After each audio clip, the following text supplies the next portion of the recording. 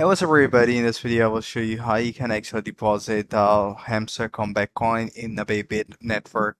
So for that, verify the support that ensure that Bybit supports Hamster Kombat Coin and its network.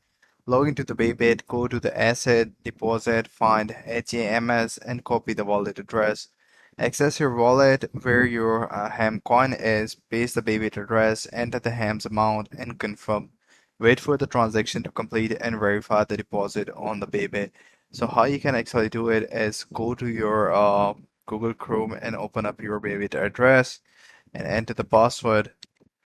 So once you're in the account, all you have to do is to go to your asset over here and you can go and click on the seed phrase. So here you can see that your web ID 3 ID, this is your address where you can send coins. So that's pretty much it. I hope you like the video, and if you do, please consider subscribing to my channel. Bye bye.